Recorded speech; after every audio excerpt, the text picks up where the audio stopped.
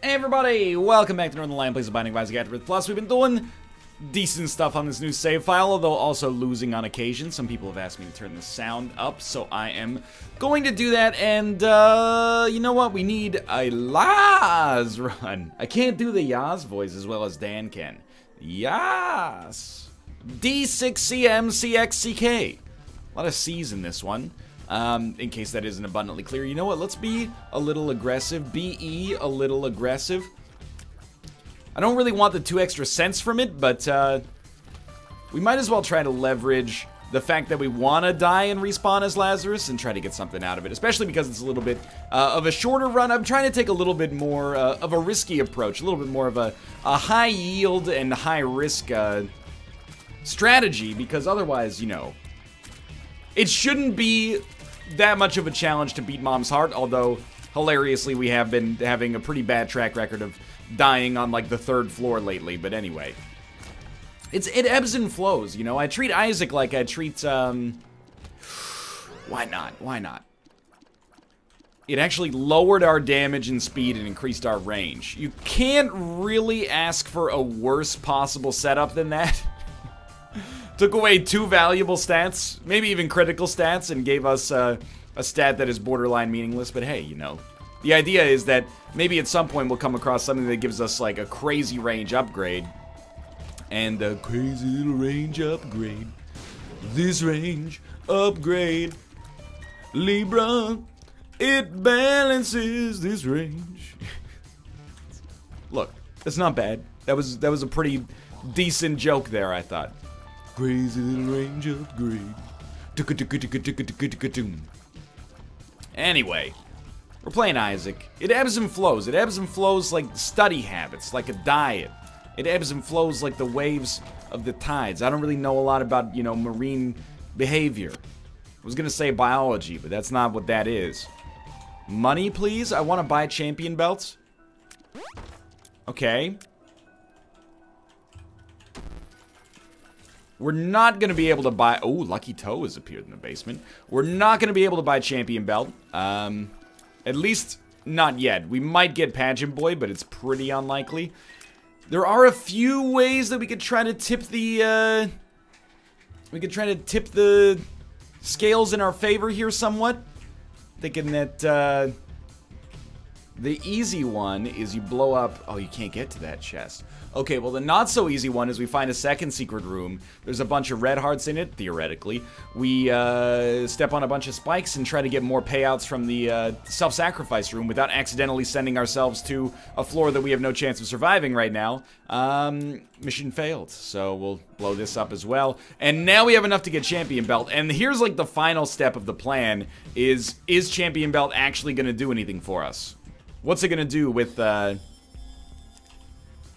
Libra? And the answer is, it's kind of like an okay all-stats upgrade, except for tears for whatever reason. So, I would prefer to have gotten a little, well, to have had the non-Libra version of it, without a doubt, but it is what it is, so. We save a bomb for now. Of course, we could just go to the self-sacrifice room and, you know, lose our lives that way. This will give us the extra damage modifier as, Lazarus. As Laz. Trying to think, sometimes less is more, right? I was going, Laz.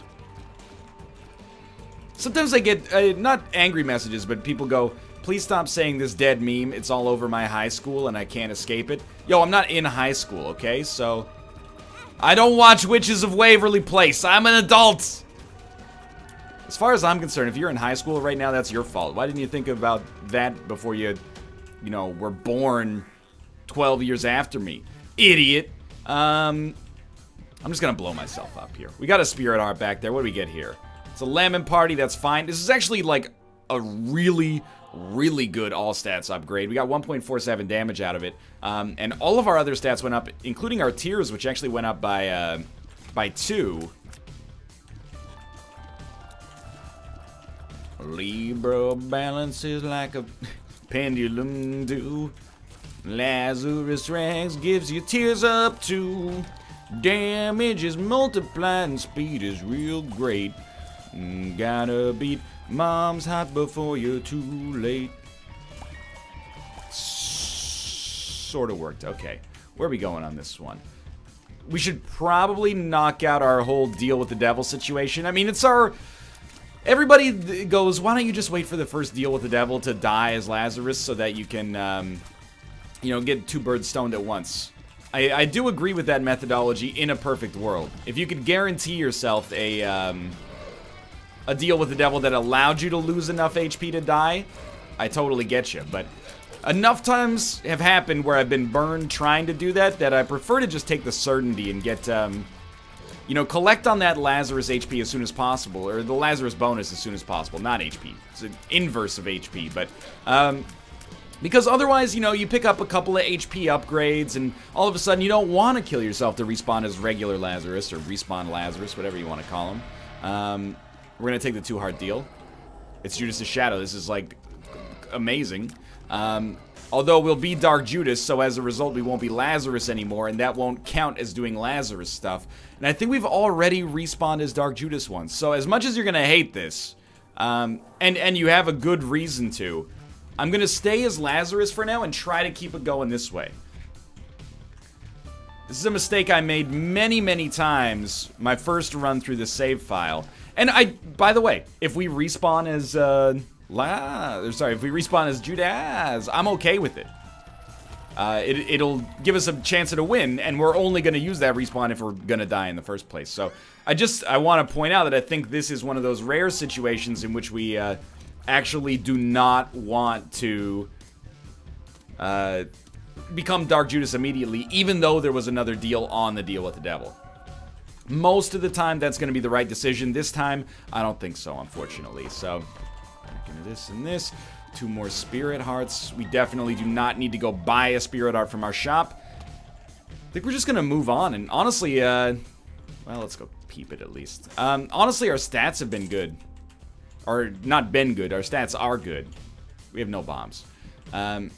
So, I am feeling like we're in a positive situation here. A little less positive now that I walked over a spike for no reason. But this is a good Lazarus run. With a get-out-of-jail-free card as Dark Judas if we want it. These are good things. Yeah, that's you. Yeah, that's you. Yeah. I'm saying 4 times. Nope. 2 times. I'm not a big double or nothing sort of guy. You never want a double or nothing, in my opinion. I think it is always weighted in the side of nothing.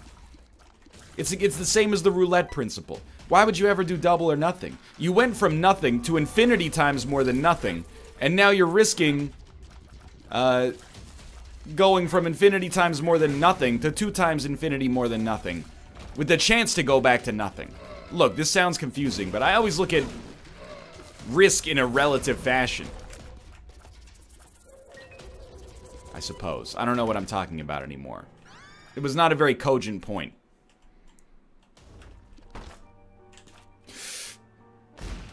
Okay. Actually, we can make good stuff happen with IV Bag. If nothing else, hopefully... Oh, I shouldn't have picked that up yet, but...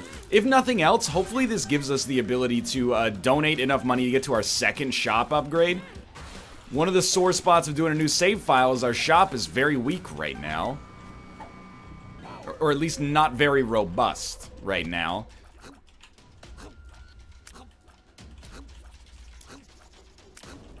Okay, easy money. Our luck stat is still 0, so we're in the interest of working on that. We have a real donation machine, so we're trying to get to 50, and then we'll see how things look. There's options has appeared in the basement. That's a start. I'm gonna buy the Spirit Heart. Exquisite.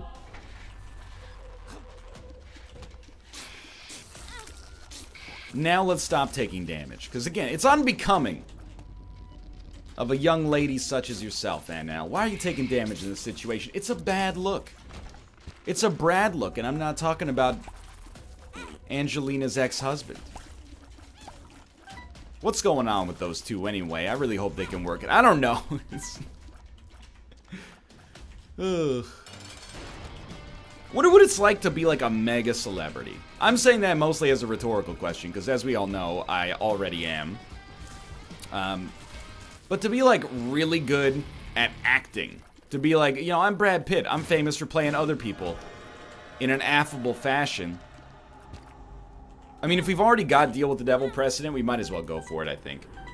And then just, like, have the press follow you around. Like, you go to a booster juice or something like that, and the paparazzi's outside like, hey, Brad, what's up? How's your divorce, Bradley? I get that it's a small price to pay, necessarily, for, you know, being fabulously wealthy. But people always act like fame is, you know, they always go fame and fortune. Fortune is probably pretty sweet for the most part. I know Master P said more money, more problems, but, you know, Master P isn't on food stamps, I'm assuming, so I'm not sure that he can necessarily be considered an authority on that. Again, more money, different problems, I'm sure. Like, oh, the Bank of Canada raised interest rates 0.25%. What does this mean for my... Really leaning hard into the Malf accent there. But, anyway, the point is, I'm gonna explore this, why not? The point is, fortune, I'm not sure if that's great. I'm sure Brad Pitt would be like, you know, he'd like to go to the Jugo Juice. There's a lot of different juice chains up here. I'm sure he'd like to go to the, I've run out of juice chains. How ironic. I'm sure he'd love to go to the Orange Julius without being asked about how, like, you know, he and the love of his life have gotten a divorce, you know? That's rough. Imagine if, you know, you were just famous for a day on, like, one of the worst days of your life. Hey! Hey, Ryan, remember that time when you, went to get off the school bus and your bus driver said, have a good time in university, and you said you too, and then you felt really bad about it? How did that make you feel? Didn't make me feel good. You know, they're human beings. Very strange. We live in a strange world, dude. I'm lucky enough that I've never had that happen. I've never had people, like, follow me around and ask me questions. Occasionally, you'll meet people and they go, what were you thinking in episode blank of The Binding of Isaac? And you just have to level with them and be like, I record a lot of Isaac episodes. Not every single one of them is necessarily a winner, but I'm doing my best here, and, you know, I make some boneheaded decisions, but when you're doing commentary at the same time, it's tough. It's tough sometimes, at least. It's not like it's, you know, like being a rocket surgeon or something like that, but you get the idea. Keep using this. We're up to 29 cents. I will admit, we're a little slow for my tastes. I would like to go a little bit faster, even though, damn baby, I can't do it that fast, but I know somebody who can. We do have Libra. Keep that in mind as we pick up a big speed upgrade here. Yeah, it turns out that's not really that big of a deal. Hey, game designers, you still paying attention to this game? Why does range have such an outrageously high cap on it? I feel like you should be able to get higher than 2 speed if you can get to, like, 99 range. I'm just throwing that out there as a cause for potential rebalancing. I don't know if you'd even want to get to 3 speed, considering how fast 2 speed already is. I'm just saying, you know, Libra pretty soon is going to stop giving us speed upgrades. Pretty soon it's going to stop giving us tiers upgrades, but it'll give us range upgrades until the end of freaking time. Is this really the world that we want to leave our, children? A world with endless range upgrades, but no damage? My opponent would have you believe yes. Okay, what do we have here? We'll buy a map. We should have a lot of money, so, well, you know, I'm just gonna hurt myself today to see if I still feel, and, grab this, and then get a free shop item. Wow, that's garbage. Alright, let's keep moving on then. Goodbye, bad shop. It has sucked. All your items were really,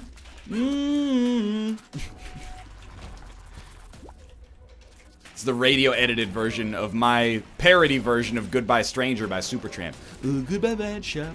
It's not for me. Make more donations and set me free. Lover's card? It's money, but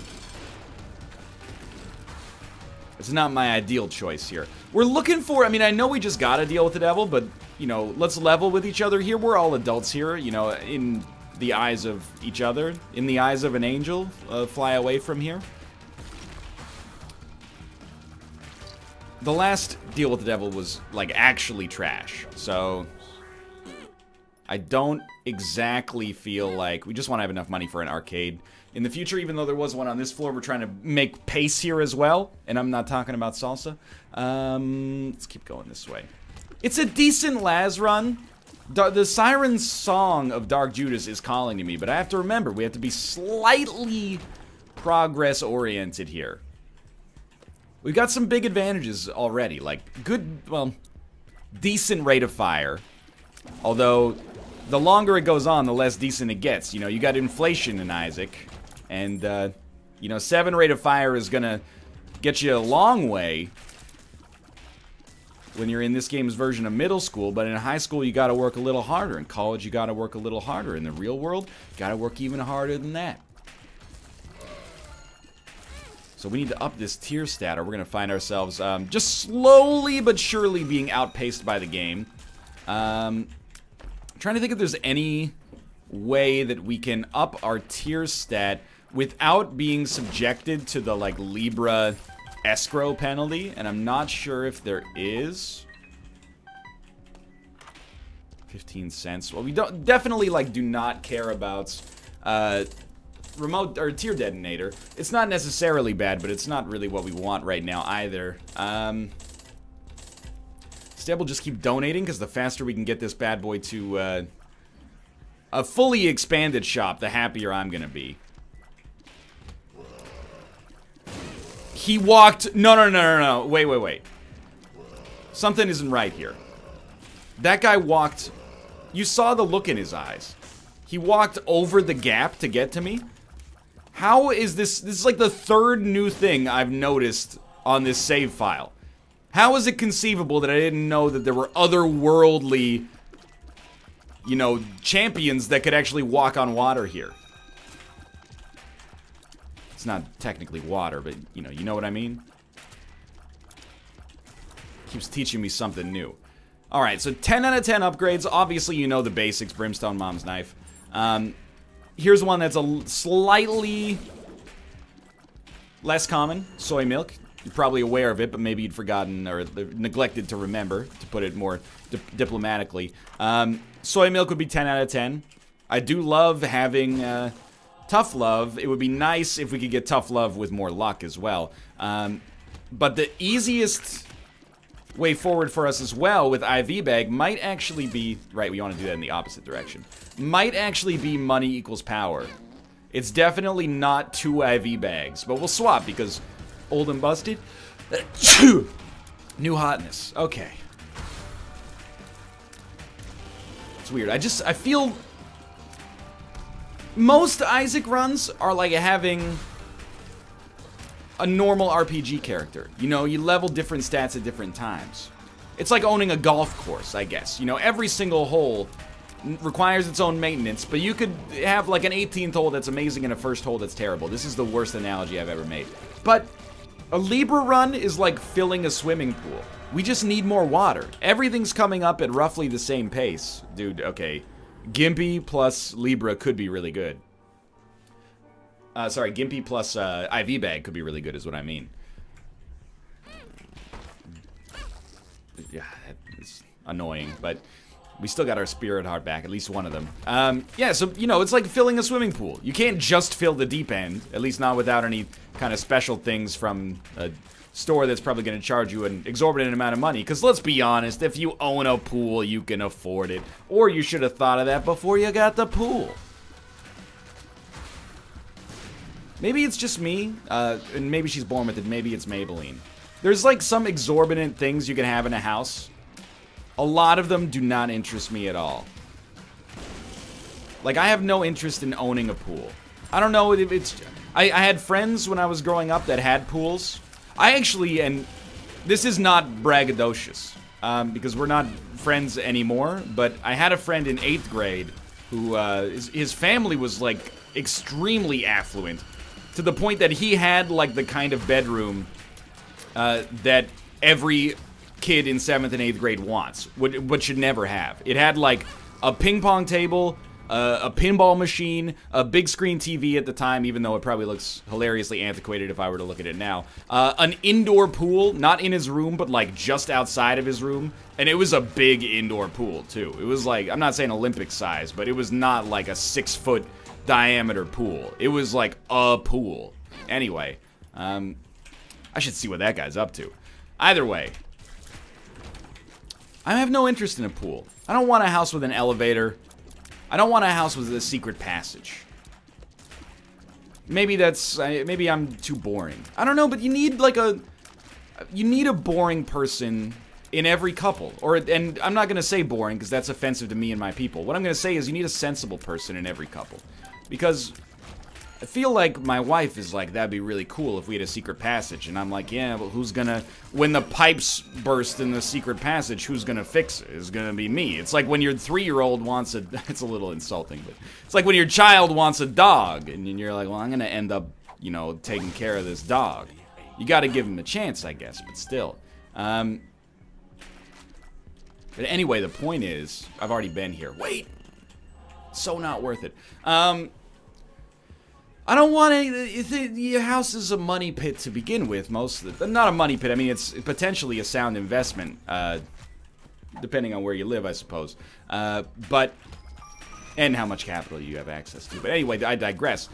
I don't want to add anything that adds trouble, like, I don't even want a lawn. I don't know, when I grew up, I had a lawn 100% of the time. Sure. Until I was 17 and I went away to college, I always had a lawn. And you know what that meant? It's just a source of stress that I have no patience for. You have a lawn, you look out of your window, it looks nice. There you go, full stop. If your lawn's big enough or your yard is big enough, you know, you can play in it or you can sit in it, your kids can play in it, etc., etc. Doesn't interest me. Because then you gotta mow the lawn like once a week. And you might say, oh, that doesn't seem like it's that big of a deal, but why mow the lawn if you don't have to? Or in parts of Canada, you know, why shovel snow if you don't have to? You don't shovel your lawn, but, you know, I don't even want a yard for these exact reasons. Cover the yard in concrete. I also don't want to invite, you know, neighbors with too much time on their hands to judge me for my lawn care. Apparently, like, in my parents' town, there's a pesticides ban. Oh, Steam has finished downloading The End Is Nigh. The time is now. I am excited to play that. I was supposed to be playing it right now on stream, but the Steam download servers went down for like an hour at the most inopportune time you could possibly expect. Anyway, apparently there's a pesticides ban in my hometown.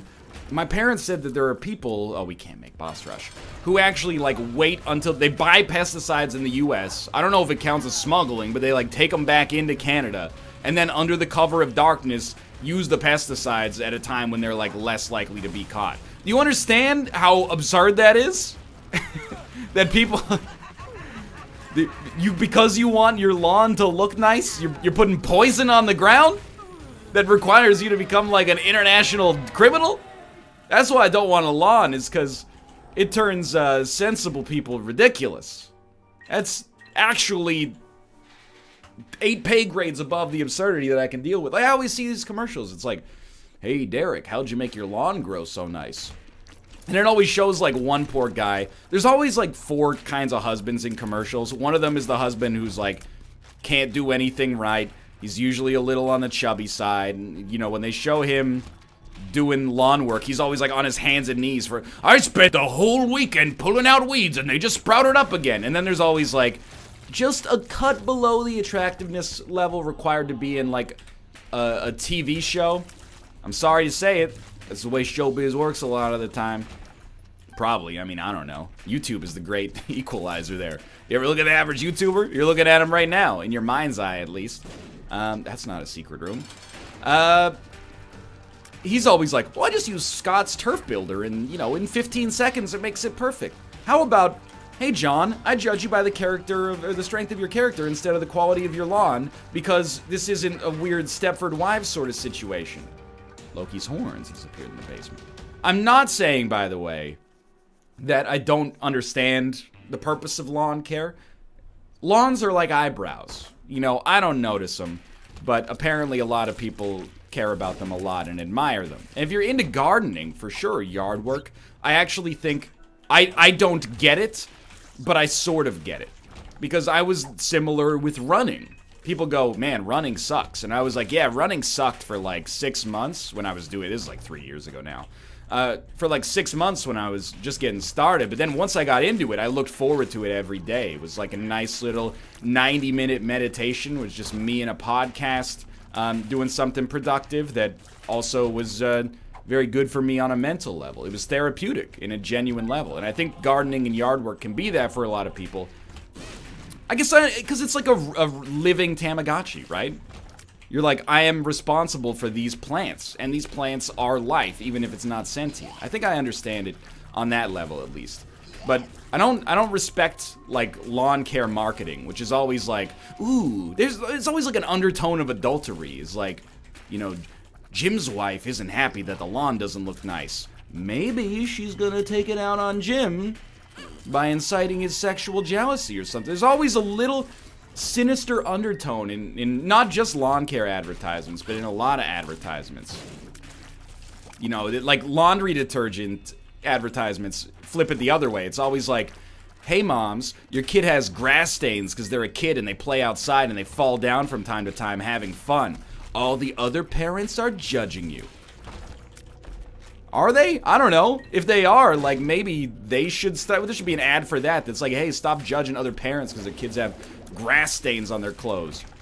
Mom's busy at the office, you know, earning the kind of equity to pay for today's college tuition rates. She doesn't have time to use 18 different kinds of detergent. First you put in the clothes, then you do a pre-rinse, then you put on the, you know, the all-in-one detergent booster, then you put it in the detergent, and then, oh, you didn't separate the whites from the colors, and all of a sudden you've got your laundry's all pink now, and you know your husband's looking at his secretary with a lustful eye because her kids don't have grass stains on their knees. It all preys on human insecurity.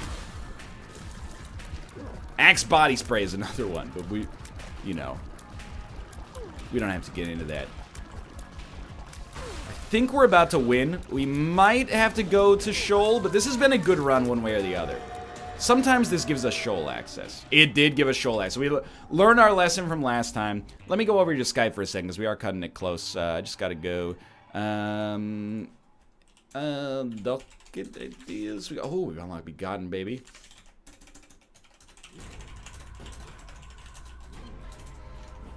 Alright. Shoal. Nobody knows the shoal I've seen. I always want you to know, and this is very self-serving for me to say this as well, but I'm on your side. Many people think that I'm pro-corporate, and to some extent, I think on the YouTube gaming side, I am.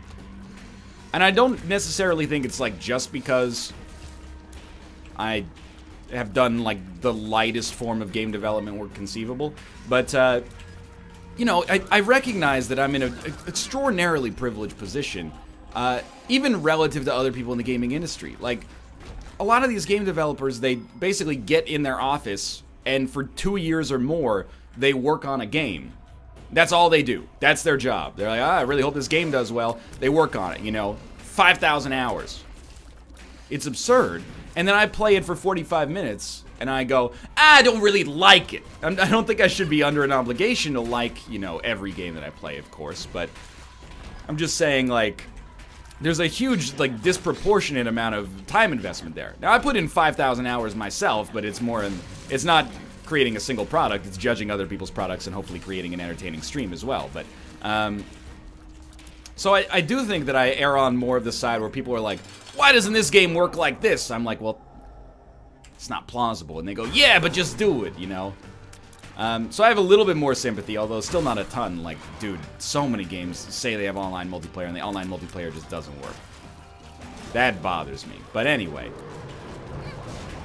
Why does everything gotta cost money? Oh, dude, we might die and respawn as Dark Judas here. Not that that would be the worst thing. I don't remember if we, actually completed our Judas Shoal trip, so this would be a surprise, perhaps, if we were able to succeed in that department, but, I'm very, like... I'm surprisingly counterculture when it comes to most consumer goods. You might be surprised. Maybe not quite at the Robert level of, like... Or the Nick level of, like, why can people buy property? Doesn't that belong to the earth? But, you know, I don't understand fabric softener. Even though I buy it from time to time. I don't understand a lot of things. Anyway, that should really just be how I end every episode. I don't understand a lot of things. We're done here. Broken Onyx appeared in the basement. Thanks for watching. I hope you guys enjoyed the episode. If you did, click the like button. Helps out a great deal. Of course, subscribe if you want to see more in the future. But for now, thanks for watching, and I'll see you next time.